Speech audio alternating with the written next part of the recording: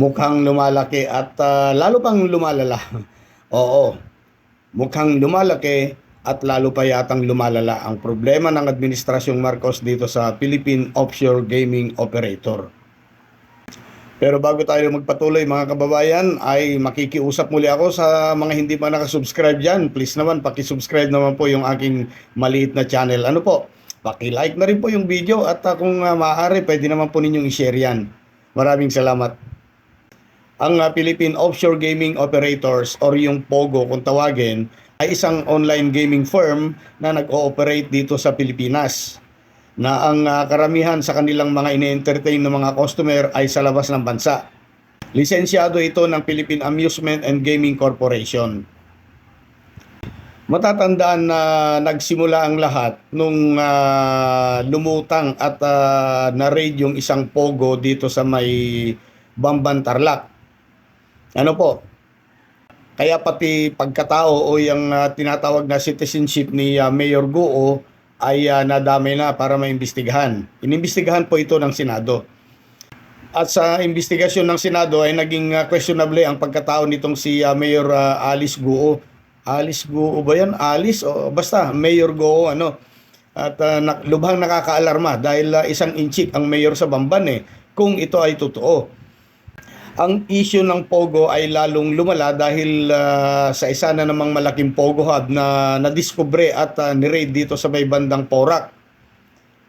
Kung saan ay lumutang din ang pangalan nitong si Senator Lito Lapid. At sa pagbubunyag ng isang vlogger na si Dr. Toto Kausing, na isa daw itong si Lito Lapid ay involved. At sa paglutangan ng pangalan nitong si Senator Lapid sa usaping POGO, agad naman pinasinungalingan ni Senador Lapid ang pagkakasangkot niya sa operasyon ng mga POGO or hindi daw siya tinatawag na protector. Ayon doon sa ibinunyag ni Dr. Toto Kausing. Na di umano, lupa daw ni Senator Lapid yung kinatatayuan ng POGO hub dito sa may Porac, Pampanga. At sa isang interview sinabi ni Senator Lapid na isang bala ka lang. Yan ay pasarin niya kay Dr. Toto Kausing. Sa pelikula kasi ni Lito Lapid two head in one shot. Paano 'yan? Yung yung sa pelikula niya dati na na dalawa yung kalaban pero natitirang bala niya ay isa na lamang. So ginamitan niya ng kutsilyo sa dulo ng baril. Pagkalabit niya ng ganon, ng gatilyo, luyak sa dalawa. O yun, patay yung dalawa niyang kalaban. At ang balita ko nga, nagdemanda pa yata itong si Dr. Kausing ng grave threat yata yun. Pero matindi dito mga kababayan, alam niyo po ba na may bagong revelasyon itong si Dr. Kausing? Kung saan ilan pang mga personalidad ang kanyang pinangalanan sa kanyang video, hindi lang basta-basta personalidad yung mga ito dahil siguro panoorin muna natin yung video. Ito ang mga utak sa POGO. Tingnan natin kung sino. Ay si Sani Angara na ka-appoint pala sa kanya sa Department of Education ni Bongbong Marcos, si Jingo Estrada, si Bongo, si Francisco Tolentino, si Nancy Binay, si Chis Escudero, Lito Lapid. Ayan. Abay, hindi na basta-basta biro ito, Mukhang napakalaki ng sindikato itong POGO. Dahil biruin po ninyo, mga malalaking politiko pala ang mga nasa likod nito kung totoo yan.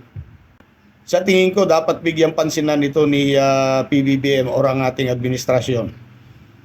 Kailangan na siguro ito bigyan pansin yan. Ilan sa mga binanggit dito ni Atty. Kausing ay mga sangkot sa POGO ay mga pangalan na parang lumalabas pa na o lumulutang na nasa administrasyon o nasa side ng administrasyon sa pagkakandidato bilang senador sa midterm election.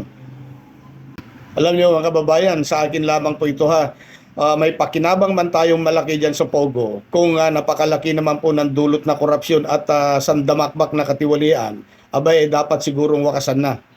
Kung kinaya nga ni Mayor Vico Soto ng Pasig ba si Mayor Vico Soto? Oo. Kung kinaya nga niya itong itotal ba ng POGO sa Pasig, siguro walang dahilan para kayanin din ng ibang mayors natin. Di ba? Oh, balita ko pa nga yung mayor ng Baguio ay inoferan din yata ng milyon-milyon pero tinanggihan niya yan.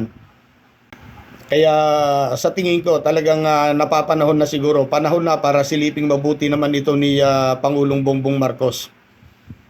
Dahil kung lumala ng lumala ang problema dito, baka mamaya yan po ang isa sa mga dahilan kung bakit manghina ang administrasyon. Ano? So mga kababayan, kayo po, ano pong masasabi niyo tungkol dito? Open naman po ang ating comment section. Malaya po kayo magbigay ng inyong komento at reaksyon sa mga bagay na napag-usapan natin ngayong araw. Maraming salamat po.